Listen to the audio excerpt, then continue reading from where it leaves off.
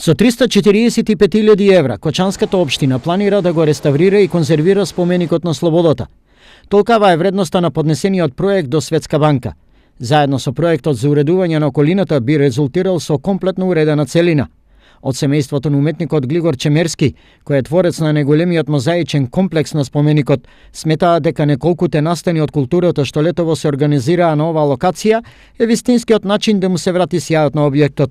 Многу позитивно гледам на тие активности. Самата се залагам и учествувам во тој проект со цела свој влог што го имам и интелектуален и емотивен, и мислам дека местата како што е овој споменик нудат изузетно многу можности за воиднина, за нови форми на комуницирање и на воопште користење на овој простор, кој што имам премногу потенцијал. Важно е целосно да се обнови внатрешноста на споменикот, но за почеток е потребно така наречена физичка обнова на целиот простор околу него, смета Чемерска. На тоа можам да кажам дека заедно се трудиме да направиме еден проект кој што на подолгорочен план ќе го заживее споменикот, ќе се првично физичкиот простор да се обнови и да се врати во онаа состојба која што е посакувана, па потоа да се стави во некоја ситуација во која што ќе може да се одржува. Ова лето по подолга пауза на споменикот на слободата имаше настани од културата.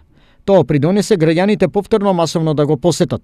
Со театарската представа Солун, град на духови, потем дебатата за Европската унија и перспективите на младите, како и дводневната техножурка, се најавува само почеток на реализација на заложбите, објектот да биде функционален.